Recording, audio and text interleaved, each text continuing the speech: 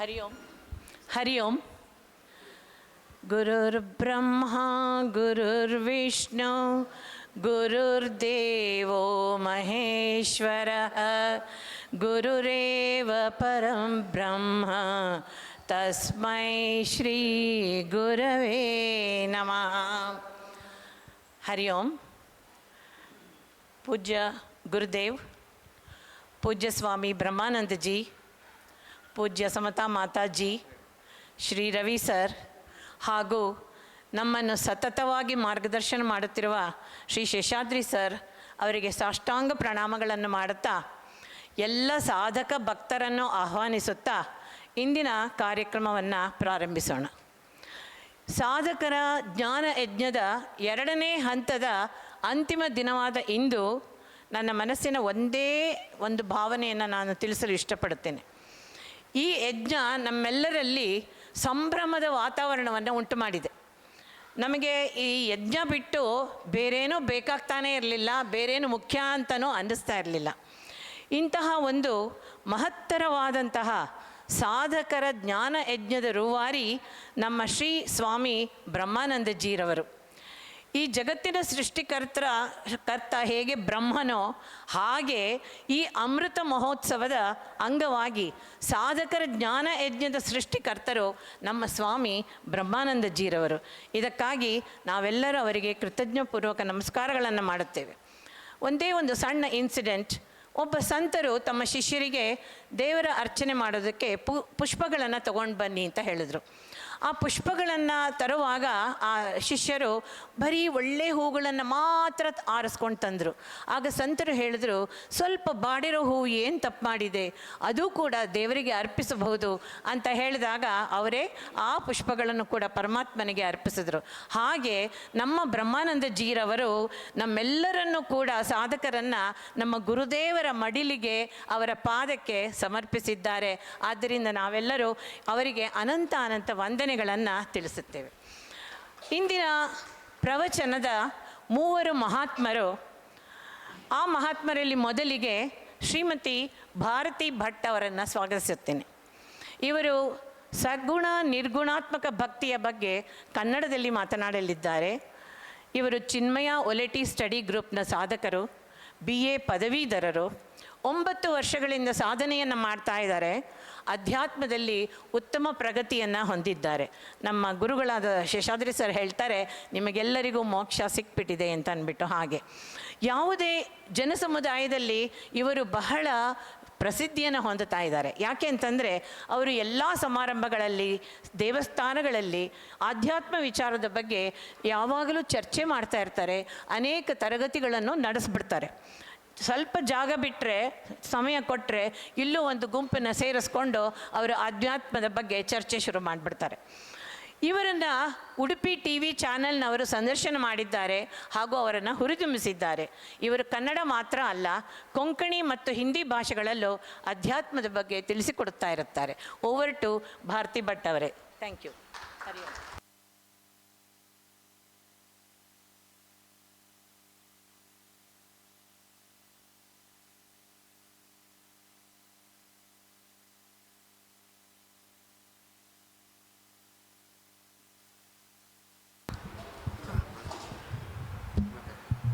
ಹರಿ ಓಂ. ಇಲ್ಲಿರುವ ಚಿನ್ಮಯಾನಂದಜಿಯವರ ಸನ್ನಿಧಾನಕ್ಕೆ, ಬ್ರಹ್ಮಾಜಿಯವರ ಚರಣಕಮಲಗಳಿಗೆ, ಗುರು ಮಾತಾಜಿ ಹಾಗೂ ನಮ್ಮ ಪೂಜ್ಯ ಗುರುಗಳಾದ ಶ್ರೀ ಶೇಷಾದ್ರಿ ಸರ್ ದಂಪತಿಗಳಿಗೆ ವಂದಿಸುತ್ತಾ ನನ್ನ 2 ಮಾತುಗಳನ್ನು ನಿಮ್ಮ ಮುಂದಿಡುತ್ತೇನೆ. ಅದಕ್ಕಿಂತ ಮೊದಲು ಗುರು ಶಿಷ್ಯರ ಬಾಂಧವ್ಯ, ಅದು ಎಂಥ ಬಾಂಧವ್ಯ ಅಂಥೇಳಿ ನನಗೆ ತಿಳಿದ ಒಂದು 2 ಮಾತುಗಳು ನಿಮಗೆ ಹೇಳುತ್ತೇನೆ. गुरु गोविंद दोहो कहड़े काको लागू पाय बलिहारी गुरु आपने ಗೋವಿಂದ ಜೋ ಬತಾಯ್. ಗೋವಿಂದ ಮತ್ತು ಗುರು ಎರಡೂ ಒಂದು ಕಡೆ ಸಿಕ್ಕಿದರೆ ಯಾರಿಗೆ ಮೊದಲು ನಮಸ್ಕರಿಸಬೇಕು? ಗುರುಗಳನ್ನೇ ನಮಸ್ಕರಿಸು. ಏಕೆ ಅಂದರೆ ಗೋವಿಂದ ಇರುವ ತಾಣವನ್ನು ಗುರು ಬದ ಹೇಳುತ್ತಾರೆ. ಅಂತೇಳಿ. ಆದರೆ ಅದಕ್ಕೆ ಇನ್ನೂ ಎರಡು ಹೆಜ್ಜೆ ಮುಂದೆ ಹೋಗಿ ನಮ್ಮ ಸರ್ವಜ್ಞ ಏನು ಹೇಳಿದ್ದಾನೆ ನೋಡಿ, ಗುರುವಿಗೆ ದೈವಕ್ಕೆ ಹಿರಿದು ಅಂತರ ಉಂಟು, ಗುರು ತೋರೆ ದೈವಗಳೆಡೆಯೇನು, ದೈವತ ಗುರುವ ತೋರಿದನೆ ಸರ್ವಜ್ಞ. ಅಂದ್ರೇನು ನೋಡಿ, ಇವಾಗ ಗುರುವಿಗೆ ದೈವಕ್ಕೆ ತುಂಬ ವ್ಯತ್ಯಾಸವಿದೆ. ಗುರುವನ್ನು ದೈವ ತೋರಿಸ್ತಾನೆ. ಇವಾಗ ಗುರು ದೈವಗಳಿರುವ ತಾಣಗಳನ್ನು ತೋರಿಸಿದರೆ, ಒಳ್ಳೆಯ ಗುರು ಸಿಗಬೇಕಾದರೆ ಅದಕ್ಕೆ ದೈವಾನುಗ್ರಹನೂ ಬೇಕು ಅಂತಾನೆ ಸರ್ವಜ್ಞ. ಇಂಥ ಹಿರಿಯರ ಎರಡು ಗುರು ಶಿಷ್ಯರ ಬಾಂಧವ್ಯದ ಬಗ್ಗೆ ಮಾತನಾಡಿ ನನ್ನ ವಿಷಯ ಸಗುಣಾತ್ಮಕ ಹಾಗೂ ನಿರ್ಗುಣಾತ್ಮಕ ಭಕ್ತಿ, ಇವುಗಳ ಬಗ್ಗೆ ನನಗೆ ತಿಳಿದ ಎರಡು ಮಾತುಗಳನ್ನು ನಿಮ್ಮ ಮುಂದೆ ಇಡುತ್ತೇನೆ.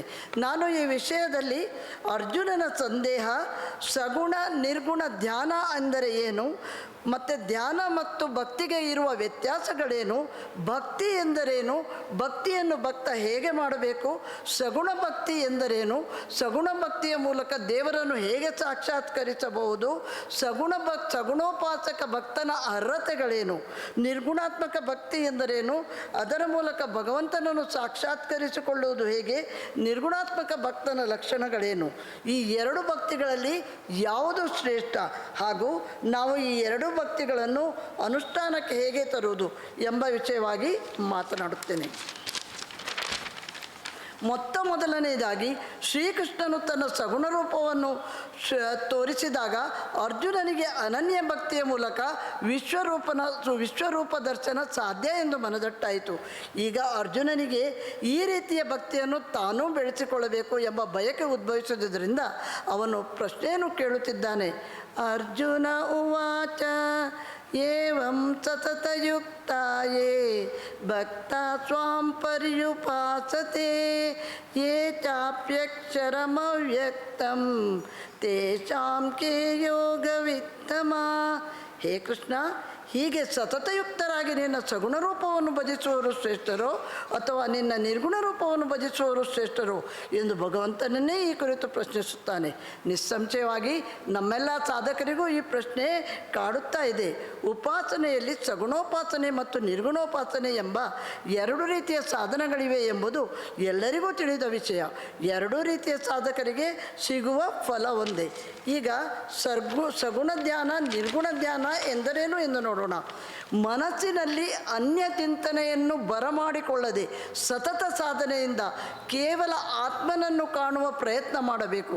ನಿಜವಾಗಿಯೂ ನಾನು ಯಾರು, ನನ್ನಲ್ಲಿರುವುದೇನು, ಇವುಗಳೆಲ್ಲದರ ಉತ್ತರಕ್ಕಾಗಿ ಧ್ಯಾನ ಮಾಡಬೇಕು. ಹಾಗೆ ಕಾಣಬೇಕಾದ ಆತ್ಮಕ್ಕೆ ಇಬ್ಬಗೆಯ ಪ್ರಯಾಣ, ಒಂದು ಸಗುಣ, ಇನ್ನೊಂದು ನಿರ್ಗುಣ. ನಿರ್ಗುಣವೆಂದರೆ ಮನಸ್ಸಿನಲ್ಲಿ ಯಾವುದೇ ಗುಣ, ಬಣ್ಣ, ಆಕಾರಗಳಿಲ್ಲದ ಪರಮಾತ್ಮನನ್ನು ಒಲಿಸಿಕೊಳ್ಳುವುದು. ಇದೇ ನಿರ್ಗುಣ ಧ್ಯಾನ. ಧ್ಯಾನದಲ್ಲಿ ಕಾಣುವುದು ಆತ್ಮ, ಅದೇ ಪರಮಾತ್ಮದ ಅಣು. ಅದು ಹೇಗಿದೆ? ಬರೇ ಕಣ್ಣಿಗೆ ಕಾಣದು, ಆದರೂ ಕಾಣುತ್ತಿದೆ. ಅದು ಸ್ಪಷ್ಟವಾದ ಶುಭ್ರವಾದ ಬೆಳಕು, ಎಲ್ಲೆಲ್ಲಿಯೂ ಇದೆ. ಈ ಶಕ್ತಿಗೆ ಆದಿ ಮಧ್ಯಗಳಾಗಲಿ ಅಂತ್ಯವಾಗಲಿ ಇಲ್ಲ. ಕಾಣದು, ಮುಟ್ಟದು, ರಸ ರೂಪ ಗಂಧ ಸ್ಪರ್ಶಗಳಿಲ್ಲದ ಕಾರಣ ಪಂಚೇಂದ್ರಿಯಗಳಿಗೂ ನಿಲುಕದು. ನಮ್ಮ ಮತ್ತು ವಿಶ್ವದ ಸಂಬಂಧ ಪಂಚೇಂದ್ರಿಯಗಳಿಂದಲೇ. ಆದರೆ ಈ ಆತ್ಮವೆಂಬುದು ಪಂಚೇಂದ್ರಿಯಗಳ ಮಿತಿಗೆ ಸಿಗುವುದಿಲ್ಲ. ಕಾಣುವ ಅಥವಾ ಕಾಣದ ಎಲ್ಲದರ ಮೇಲೆ ಅದಕ್ಕೆ ಅಧಿಕಾರವಿದೆ. ಹೀಗೆ ಧ್ಯಾನಕ್ಕೆ ಕುಳಿತು ನಾರಾಯಣನನ್ನು ಹೃದಯಾಕಾಶದಲ್ಲಿ ಸ್ಥಾಪಿಸಿ ಯಾವುದಾದರೂ ಇಷ್ಟ ದೇವತರ ಮೂರ್ತಿ ವಿಗ್ರಹವನ್ನು ಎದುರಿಗೆ ಇಟ್ಟುಕೊಂಡು ಪೂಜಿಸಿ ವಿಷ್ಣುವನ್ನು, ನಾರಾಯಣನನ್ನು, ಹರಿಯನ್ನು ಕಾಣುವುದೇ ಸಗುಣ ಧ್ಯಾನ. ನಿರ್ಗುಣ ಧ್ಯಾನವಿರಲಿ, ಸಗುಣ ಧ್ಯಾನವಿರಲಿ, ಕಾಣುವ ಶಕ್ತಿಯೇ ನಾನು ಎಂಬುದನ್ನು ಮತ್ತೆ ಮತ್ತೆ ಅನುಭವಿಸಬೇಕು. ನಿರ್ಗುಣದಲ್ಲಾದರೆ ಅಹಂ ಬ್ರಹ್ಮಾಸ್ಮಿ, ಬ್ರಹ್ಮವೇ ನಾನು. ಸಗುಣದಲ್ಲಾದರೆ ಸೋಹಂ, ಆ ನಾರಾಯಣನೇ ನಾನು ಎಂಬ ಸ್ಥಿತಿಗೆ ಬರಬೇಕು. ಯಾವ ಥರದ ಧ್ಯಾನವಾದರೂ ಫಲ ಒಂದೇ, ನಿರೀಕ್ಷೆಯೊಂದೇ, ಗುರಿಯೂ ಒಂದೇ. ಅದೇ ಪರಮಾತ್ಮನಲ್ಲಿ ಒಂದಾಗಿ ಬಿಡುವುದು. ಈಗ ಭಕ್ತಿ ಎಂದರೇನು? ಭಕ್ತಿಯನ್ನು ಭಕ್ತ ಹೇಗೆ ಮಾಡಬೇಕು? ಭಕ್ತಿ ಎಂದರೆ ಆತ್ಮನಲ್ಲಿ ಅನನ್ಯ ಭಾವದಿಂದ ಶರಣು ಹೋಗುವುದೇ ಭಕ್ತಿ. ಭಕ್ತಿಯಲ್ಲಿ ಭೇದ ಭಾವವಿಲ್ಲ. ಯಾರು ಕೂಡ ಭಕ್ತಿಯನ್ನು ಮಾಡಲು ಅರ್ಹರೇ. ಆದರೆ ನಿಜವಾದ ಭಕ್ತನು ನಿರಂತರ ಅಭ್ಯಾಸದ ಮೂಲಕ ಭಕ್ತಿಯನ್ನು ಸಾಧಿಸಿದಾಗ ಅವನಿಗೆ ಆತ್ಮದರ್ಶನವಾಗುತ್ತದೆ. ಬುದ್ಧಿ ಹಾಗೂ ಮನಸ್ಸು ಸಂಪೂರ್ಣ ಸೃಷ್ಟಿಗೊಳಪಟ್ಟು ಕಾರ್ಯನಿರ್ವಹಿಸುವುದೇ ಬುದ್ಧಿಯೋಗ. ಬುದ್ಧಿಯನ್ನು ವಿಚಲಿತಗೊಳಿಸುವ ಕಾಮವಾಸನೆಗಳನ್ನೆಲ್ಲ ತೆಗೆದುಹಾಕಿ ಭಕ್ತನು ಇದನ್ನು ಸಾಧಿಸುತ್ತಾನೆ. ಹೀಗೆ ಬುದ್ಧಿವಂತಿಕೆಯಿಂದ ಸರಿಯಾದ ಪ್ರತಿಕ್ರಿಯೆಯನ್ನು ತನ್ನ ಮನಸ್ಸಿನ ಮೂಲಕ ವ್ಯಕ್ತಪಡಿಸುತ್ತಾನೆ. ಅವನು ಮಾಡುವ ಕೆಲಸಗಳು ಅವನ ವಾಸನಾಕ್ಷಯಕ್ಕೆ ಸಹಾಯಕವಾಗುತ್ತವೆ. ಬುದ್ಧಿಯೋಗದ ಮೂಲಕ ವ್ಯಕ್ತಿಯು ತನ್ನೆಲ್ಲ ವಾಸನೆಗಳನ್ನು ಅಳಿಸಿ ಹಾಕಿ ಶುದ್ಧಾಂತಕರಣದ ಮೂಲಕ ನಿಶ್ಚಲವಾಗಿ ಭಕ್ತಿ ಮಾಡಿ ಪರಮಾತ್ಮನಲ್ಲಿ ಐಕ್ಯನಾಗುತ್ತಾನೆ. ಸಗುಣ ಭಕ್ತಿ ಎಂದರೇನು? ನಾವು ಮನಸ್ಸಿನಲ್ಲಿ, ಮನಸ್ಸು ಅಂದರೆ ಅಂತಃಕರಣ ವೃತ್ತಿ, ಪರಮಾತ್ಮನ ರೂಪದ ಬಗ್ಗೆ ಮಾತ್ರ ಚಿಂತಿಸಿ ಪರಮಾತ್ಮ ಅಥವಾ ತನ್ನ ಆರಾಧ್ಯ ದೈವದ ಮೂಲಕ ಆರಾಧ್ಯ ದೈವದ ವಿಗ್ರಹವನ್ನು ಇಟ್ಟುಕೊಂಡು ಅದನ್ನೇ ಆರಾಧಿಸುವುದು ಸಗುಣ ಭಕ್ತಿ. ಇಲ್ಲಿಯೂ ಅರ್ಜುನನಿಗೆ ಒಂದು ಸಂಶಯ ಬಂತು. ಇಂದ್ರಿಯಾತೀತವಾದ ಪರಮಾತ್ಮನ ಅವ್ಯಕ್ತ ರೂಪವನ್ನು ವ್ಯಕ್ತ ರೂಪವಾದ ಮೂರ್ತಿಯಲ್ಲಿ ಸಾಕ್ಷಾತ್ಕರಿಸಿ ಪೂಜೆ ಮಾಡುವುದು ಹೇಗೆ? ಆಗ ಅವನು ಸಹಜವಾಗಿಯೇ ಶ್ರೀಕೃಷ್ಣನನ್ನು ಕೇಳುತ್ತಾನೆ, ನಿನ್ನ ವ್ಯಕ್ತ ರೂಪವನ್ನು ನೋಡುವವರು ಶ್ರೇಷ್ಠರೋ ಅಥವಾ ಅವ್ಯಕ್ತ ರೂಪವನ್ನು ನೋಡುವವರು ಶ್ರೇಷ್ಠರೋ ಎಂದು ಪ್ರಶ್ನಿಸುತ್ತಾನೆ. ನಮ್ಮಲ್ಲಿಯೂ ಈ ಸಂದೇಹವಿದೆ. ಮೂರ್ತಿ ಪೂಜೆಯ ಮೂಲಕ ಅವ್ಯಕ್ತ ಪರಮಾತ್ಮನನ್ನು ಸಾಕ್ಷಾತ್ಕರಿಸಿಕೊಳ್ಳಲು ಸಾಧ್ಯವಿದೆಯೇ? ಅದಕ್ಕಾಗಿ ಈ ಶ್ಲೋಕದಲ್ಲಿ ಪರಮಾತ್ಮನು ಸಮರ್ಪಕವಾದ ಉತ್ತರವನ್ನು ಕೊಡುತ್ತಾನೆ.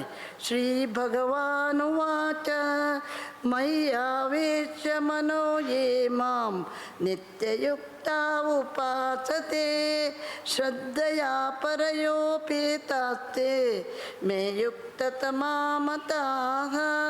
ಹೇ ಅರ್ಜುನ, ನನ್ನಲ್ಲಿಯೇ ಮನಸ್ಸನ್ನಿಟ್ಟುಕೊಂಡು ಪೂರ್ಣ ಶ್ರದ್ಧೆಯಿಂದ ನನ್ನ ಸಗುಣ ರೂಪವನ್ನು ಎಡೆಬಿಡದೆ ಭಜಿಸುವವರೇ ಶ್ರೇಷ್ಠರು ಎನ್ನುತ್ತಾನೆ. ಹಾಗೆ ನೋಡಿದಾಗ ಭಕ್ತಿ ಮಾರ್ಗವು ಸಾಧಕನಿಗೆ ಸುಲಭ ಸಾಧ್ಯವಾದುದು. ಸಾಧನೆಯ ಮಾರ್ಗವು ಇದಕ್ಕಿಂತ ಸ್ವಲ್ಪ ಭಿನ್ನವಾದುದು.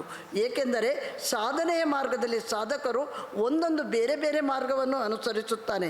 ಅದಕ್ಕಾಗಿ ಪರಮಾತ್ಮನು ಸಗುಣೋಪಾಸನೆಯ 3 ಅತ್ಯವಶ್ಯಕವಾದ ಗುಣಗಳನ್ನು ಸೂಚಿಸುತ್ತಾನೆ. ಪರಮಾತ್ಮನನ್ನು ಕುರಿತು ಮಾತ್ರ ಚಿಂತಿಸುವುದು. ನಮ್ಮ ಮನಸ್ಸು ಯಾವ ಗುಣಗಳ ಬಗ್ಗೆ ಚಿಂತಿಸುತ್ತದೆಯೋ ಅದೇ ಗುಣಗಳನ್ನು ಪಡೆಯುತ್ತದೆ. ಹೀಗೆ ಚಿಂತನೆಯಲ್ಲಿ ಪಕ್ವವಾದ ಮನಸ್ಸು ಭಗವಂತನಲ್ಲೇ ಲೀನವಾಗಿ ಪರಮಾತ್ಮನನ್ನು ಸಾಕ್ಷಾತ್ಕರಿಸಿಕೊಳ್ಳಲು ಸಾಧ್ಯವಾಗುತ್ತದೆ. 2, ಆತ್ಮ ಸಂಯಮದ ಜೀವನ. ನಿತ್ಯಯುಕ್ತರಾಗಿರಬೇಕು. ಯಾವುದೇ ಸಾಧನೆಯನ್ನು ಸಾಧಿಸಬೇಕಾದರೆ ಶಿಸ್ತು ಪಾಲನೆ ಅತೀ ಅಗತ್ಯ. ಮರ್ಕಟನಂತಿರುವ ಮನಸ್ಸನ್ನು ಶಿಸ್ತಿಗೊಳಪಡಿಸಿ ಅದರ ಚಂಚಲತ್ವವನ್ನು ಹತೋಟಿಗೆ ತರಬೇಕು. ಹೀಗೆ ಮನಸ್ಸು ಬುದ್ಧಿಯನ್ನು ಆಂತರಿಕವಾಗಿ ಪರಮಾತ್ಮನ ರೂಪದೆಡೆಗೆ ತಿರುಗಿಸಿದಾಗ ಉಪಾಸಕನು ಉಪಾಸ್ಯ ದೇವತಾ ರೂಪದೊಡನೆ ಒಂದಾಗುತ್ತಾನೆ. ಇದೇ ಉಪಾಸನೆ. 3ನೇದು ಪೂರ್ಣ ಶ್ರದ್ಧೆಯಿಂದ ಕೂಡಿ. ಶ್ರದ್ಧೆ ಇರುವುದು ನಮ್ಮ ನಂಬಿಕೆಗಳಲ್ಲಿ. ಆದರೆ ನಮಗಿರುವ ನಂಬಿಕೆಗಳಿಗಿಂತ ಮೂಢನಂಬಿಕೆಗಳೇ ಜಾಸ್ತಿ. ಮೂಢನಂಬಿಕೆ ಶ್ರದ್ಧೆಯಲ್ಲ. ಯಾವುದೇ ವಿಷಯವನ್ನು ಬೌದ್ಧಿಕವಾಗಿ ಒಪ್ಪಿಕೊಳ್ಳುವುದು ಶ್ರದ್ಧೆ. ಶ್ರದ್ಧಾರಹಿತನಿಗೆ ಜ್ಞಾನವೇ ಆಗದು. ಶ್ರದ್ಧೆ ನಮ್ಮ ಸಾಧನೆಗೆ ಉತ್ಸಾಹ, ಅನುಪಮ ಕಾರ್ಯಶೀಲತೆ ಹಾಗೂ ಧ್ಯೇಯವನ್ನು ಸಾಧಿಸುವ ಹಂಬಲ, ದೃಢನಿಶ್ಚಯಕ್ಕೆ ಅಡಿಗಲ್ಲಾಗುತ್ತದೆ. ಈಗ ನಿರ್ಗುಣೋಪಾಸನೆಯ ಬಗ್ಗೆ ಚರ್ಚಿಸೋಣ. ನಮ್ಮಲ್ಲಿ ಕೆಲವರಿಗೆ ನಿರ್ಗುಣೋಪಾಸನೆಯು ಅಸಾಧ್ಯವಾದುದು ಎಂಬ ತಪ್ಪು ಗ್ರಹಿಕೆ ಇದೆ. ಇದು ಅಸಾಧ್ಯವಲ್ಲ, ಆದರೆ ಕಷ್ಟ ಸಾಧ್ಯ. ಏಕೆ? ಯಾವಾಗಲೂ ವಿಷಯ ಚಿಂತನೆಯನ್ನು ಮಾಡುತ್ತಿರುವ ಮನಸ್ಸಿಗೆ ವೃತ್ತಿರಹಿತವಾಗಿ ನಿಲ್ಲುವುದು ಕಷ್ಟ ಸಾಧ್ಯ. ಮನಸ್ಸಿನ ಸ್ವಧರ್ಮವೇ ಚಂಚಲ. ಅಶಾಂತವಾದ ಮನಸ್ಸಿಗೆ ನಿರ್ಗುಣ ಧ್ಯಾನವು ಸಾಧ್ಯವಾಗುವುದಿಲ್ಲ. ಹಾಗಿದ್ದರೆ ಯಾರಿಗೆ ಇದು ಸಾಧ್ಯ? ನಿರ್ಗುಣೋಪಾಸಕನು ಸ್ಥಿತಪ್ರಜ್ಞನಾಗಿರಬೇಕು. ಮನಸ್ಸು ಬುದ್ಧಿಯನ್ನು ಪರಮಾತ್ಮನಿಗೆ ಅರ್ಪಿಸಿಕೊಂಡವನಾಗಿರಬೇಕು ಹಾಗೂ ಯೋಗಿಯಾಗಿರಬೇಕು. ಇನ್ನು ಮುಂತಾದ ಅನೇಕ ಲಕ್ಷಣಗಳನ್ನು ಪರಮಾತ್ಮನು ಸೂಚಿಸುತ್ತಾನೆ. ಭಗವಾನುವಾಚ ಕ್ಲೇಶೋಧಿಕರತೆ ಚಾಮ ವ್ಯಕ್ತಾಸಕ್ತಚೇತಸಾಂ ಅವ್ಯಕ್ತ ಹಿ ಗತಿರ್ದುಃಖಂ ದೇಹವದ್ಭಿರವಾಪ್ಯತೆ. ಅವ್ಯಕ್ತವಾದ ನನ್ನ ಸ್ವರೂಪವನ್ನು ಉಪಾಸನೆ ಮಾಡುವವರಿಗೆ ಅವರಲ್ಲಿ ನಾನು ಮನಸ್ಸು ಬುದ್ಧಿ ದೇಹ ಎಂಬ ಅಭಿಮಾನ ಉಳಿಯುವುದರಿಂದ ನಿರ್ಗುಣೋಪಾಸನೆಯಲ್ಲಿ ಬುದ್ಧಿಯನ್ನು ಸ್ಥಿರವಾಗಿಟ್ಟುಕೊಂಡಿರುವುದು ಕಷ್ಟ ಸಾಧ್ಯ ಎನ್ನುತ್ತಾನೆ. ಸಗುಣ ನಿರ್ಗುಣೋಪಾಸನೆಯಲ್ಲಿ ಯಾವುದು ಶ್ರೇಷ್ಠ ಪ್ರಶ್ನೆಯೇ ತಪ್ಪು ಎನ್ನುತ್ತಾರೆ ನಮ್ಮ ಗುರುಗಳಾದ ಶೇಷಾದ್ರಿ ಸರ್. ಒಂದು ಪ್ರೈಮರಿ ಎಜುಕೇಷನ್ ಆದರೆ ಇನ್ನೊಂದು ಹೈಸ್ಕೂಲ್ ಎಜುಕೇಷನ್, ಎರಡೂ ಸಾಧನೆಯ ಮಾರ್ಗಗಳು ಫಲವನ್ನು ಕೊಡುತ್ತವೆ. ಮಾಡಿದ ಭಕ್ತಿಯನ್ನು, ಉಪಾಸನೆಯನ್ನು, ಪೂಜೆಯನ್ನು ಈಶ್ವರಾರ್ಪಣ ಬುದ್ಧಿಯಿಂದ ಮಾಡಿ ಕರ್ಮಫಲ ತ್ಯಾಗವನ್ನು ಮಾಡಿದಾಗ ನಂತರ ಸಗುಣೋಪಾಸನೆಯ ಮಾರ್ಗದಲ್ಲಿ ಆ ಮೂಲಕ ವಾಸನಾಕ್ಷಯವಾಗಿ ಮನಸ್ಸು ಶುದ್ಧವಾದಂತೆ ಅದು ಪರಮಾತ್ಮನ ನಿರ್ಗುಣವಾದ ಧ್ಯಾನವನ್ನು ಮಾಡಲು ಅರ್ಹವಾಗುವುದು ಎನ್ನುತ್ತಾರೆ ನಮ್ಮ ಶೇಷಾದ್ರಿ ಸರ್. ಪ್ರಾಪಂಚಿಕ ಕರ್ಮಗಳ ತ್ಯಾಗ ಮತ್ತು ವೈರಾಗ್ಯ ಭಾವ ನಿಶ್ಚಯವಾಗಿಯೂ ಪ್ರಶಂಸನೀಯ, ಆದರೆ ಕಷ್ಟ ಸಾಧ್ಯ ಎನ್ನುತ್ತಾನೆ ಶ್ರೀಕೃಷ್ಣ.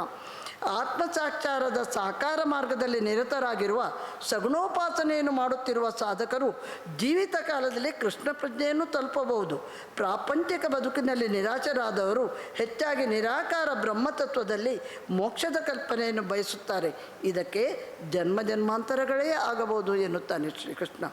ಈ ಜಗತ್ತಿನಲ್ಲಿ ಎಲ್ಲರೂ ಶಾಂತಿ ಮತ್ತು ಸಾಮರಸ್ಯವನ್ನು ಕಾಣಲು ಇಷ್ಟಪಡುತ್ತಾರೆ, ಆದರೆ ಪ್ರಚಲಿತದಲ್ಲಿರುವುದು ಇದಕ್ಕೆ ಸಂಪೂರ್ಣ ತದ್ವಿರುದ್ಧ. ವಸ್ತುನಿಷ್ಠತೆ, ಕ್ಷಮಾಪರತೆ, ಆತ್ಮಸಂಯಮ ಮತ್ತು ದೃಢ ನಿಶ್ಚಯ ಇವೆಲ್ಲ ನಿಜವಾಗಿ ಶ್ರೇಷ್ಠ ಗುಣಗಳು. ಆದರೆ ಜನರು ಇವುಗಳನ್ನು ಬೆಳೆಸಿಕೊಳ್ಳುವುದಾದರೂ ಹೇಗೆ? ಅದಕ್ಕೂ ಶ್ರೀಕೃಷ್ಣ ಉತ್ತರ ಕೊಡುತ್ತಾನೆ. ಮಯಿ ಏವ ಮನ ಆದತ್ಯ ಮಯಿ ಬುದ್ಧಿಂ ನಿವೇಶಯ ನಿವಸಿಷ್ಯಸಿ ಮಯ್ಯೇವ ಅತ ಊರ್ಧ್ವನ ಸಂಶಯ. ನನ್ನಲ್ಲಿಯೇ ಮನಸ್ಸಿಡು, ಬುದ್ಧಿಯನ್ನು ನನ್ನಲ್ಲಿಯೇ ಸ್ಥಿರವಾಗಿಟ್ಟುಕೋ. ಈ ರೀತಿಯಲ್ಲಿ ನೀನು ಮಾಡುವುದಾದರೆ ನಿನಗೆ ಶ್ರೇಯಸ್ಸಾಗುವುದು ಖಂಡಿತ. ಮಾನವನ ಆತ್ಮದ ಮೂಲ ಸ್ವರೂಪವೇ ಸಚ್ಚಿತ್ ಆನಂದ. ಯಾವಾಗ ಒಬ್ಬನ ಮನಸ್ಸು, ಬುದ್ಧಿ ಮತ್ತು ಪ್ರಜ್ಞೆ ಎಲ್ಲವೂ ಭಕ್ತಿಯೋಗದ ಪ್ರಕ್ರಿಯೆಗಳು ಶ್ರೀಕೃಷ್ಣನ ಸಾಂಗತ್ಯದಿಂದ ಪರಿಶುದ್ಧಗೊಳ್ಳುತ್ತವೋ ಆಗ ಅವನು ಬಯಸುವ ಎಲ್ಲ ಗುಣಗಳು ಅವನಲ್ಲಿ ಬೆಳೆಯುತ್ತವೆ. ಈ ಎಲ್ಲ ಗುಣಗಳನ್ನು ಭಕ್ತಿ ಎಂಬ ಸರ್ವಶ್ರೇಷ್ಠ ಗುಣದೊಂದಿಗೆ ಕೂಡಿಸಬೇಕು. ಧ್ಯಾನವು ಸಗುಣವಾಗಲಿ ನಿರ್ಗುಣವಾಗಲಿ ಅದು ಶಾರೀರಿಕ ಕ್ರಿಯೆಯೂ ಅಲ್ಲ, ಮಾನಸಿಕ ಕ್ರಿಯೆಯೂ ಅಲ್ಲ. ಮನಸ್ಸು, ಬುದ್ಧಿ ಹಾಗೂ ಇಂದ್ರಿಯಗಳನ್ನು ಹತೋಟಿಯಲ್ಲಿಟ್ಟುಕೊಂಡು ಆತ್ಮ ಸಂಯಮದಿಂದ ಕೂಡಿ ನನಗೆ ಬೇರೇನೂ ಬೇಡ, ಕೇವಲ ಪರಮಾತ್ಮ ಭಕ್ತಿಯೊಂದೇ ಸಾಕು, ಅನ್ಯಥಾ ಶರಣಂ ನಾಸ್ತಿ ತ್ವಮೇವ ಶರಣಂ ಮಮ ಎಂದು ಬೇಡಿ ದೇಹಭಾವವನ್ನು ಬಿಟ್ಟು ಅನನ್ಯ ಯೋಗದ ಮೂಲಕ ಬ್ರಹ್ಮಭಾವವನ್ನಿಟ್ಟುಕೊಂಡು ಮೊದಲು ಏಕರೂಪ, ವಿಶ್ವರೂಪ, ಕೊನೆಗೆ ಅರೂಪ, ಹೀಗೆ ನಿರ್ಗುಣ ನಿರಾಕಾರ ದೇವರನ್ನು ಪೂಜಿಸಬೇಕು. ಗೃಹಸ್ಥಾಶ್ರಮಕ್ಕಿಂತ ಒಳ್ಳೆಯ ಆಶ್ರಮವಿಲ್ಲ ಎನ್ನುತ್ತಾರೆ. ಸಂಸಾರಿ ಸನ್ಯಾಸಿಯಾಗಿ ಯಾವಾಗಲೂ ಧನಾತ್ಮಕ ಚಿಂತನೆಯನ್ನು ಮಾಡುತ್ತಾ ಇದ್ದರೆ ನಡೆ, ನುಡಿ, ವ್ಯವಹಾರಗಳಲ್ಲಿ ಧನಾತ್ಮಕ ಚಿಂತನೆಯೇ ತುಂಬಿರುತ್ತದೆ. ಜೀವನದಲ್ಲಿ ಸಾರ್ಥಕತೆಯನ್ನು ಪಡೆಯಬೇಕಾದರೆ ಒಂದನ್ನು ಬಿಟ್ಟು ಇನ್ನೊಂದನ್ನು ಅನುಸರಿಸಬೇಕು. ಯಾವುದನ್ನು ಬಿಡಬೇಕು? ಜನ್ಮ ಜನ್ಮಾಂತರಗಳಿಂದ ನಮ್ಮಲ್ಲಿ ಬೇರೂರಿರುವ ಅಹಂ ಎಂಬ ಭಾವವನ್ನು ಬಿಡಬೇಕು. ಈ ಅಹಮ್ಮನ್ನು ಬಿಟ್ಟಾಗ ನಿಜವಾದ ನಾನೇ ಆತ್ಮ, ಅಹಂ ಬ್ರಹ್ಮಾಸ್ಮಿ ಎಂಬ ಜಾಗೃತಿ ಬರುತ್ತದೆ. ಕೊನೆಯದಾಗಿ ಸಜ್ಜನರ ಸಂಘವದು ಹೆಜ್ಜೆಯನ್ನು ಸವಿದಂತೆ ಅಂದಿದ್ದಾರೆ.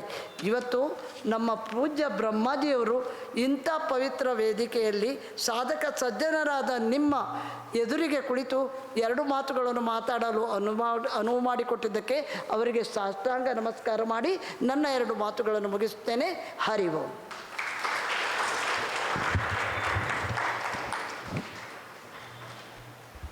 ಹರಿ ಓಂ. ಭಾರತಿ ಭಟ್ ಅವರಿಗೆ ಅನಂತ ಧನ್ಯವಾದಗಳು.